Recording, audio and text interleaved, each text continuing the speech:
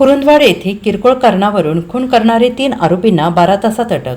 स्थानिक गुन्हे अन्वेषण शाखा कोल्हापूर यांची कारवाई.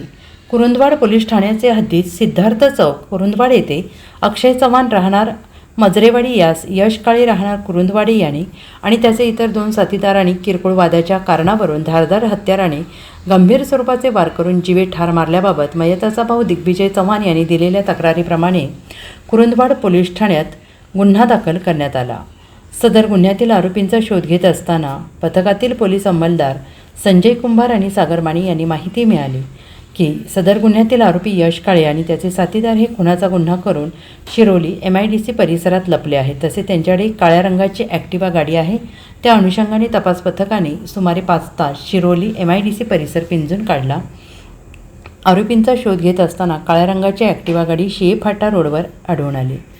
पोलिसांनी सदर गाडीचा पाठलाग करून गाडी थांबवण्याचा प्रयत्न केला असता गाडीवरील 3ही इसम गाडी सोडून पळून जाऊ लागले. पोलीस पथकाने त्यांचा पाठलाग करून त्यांना शिताफीने ताब्यात घेतले.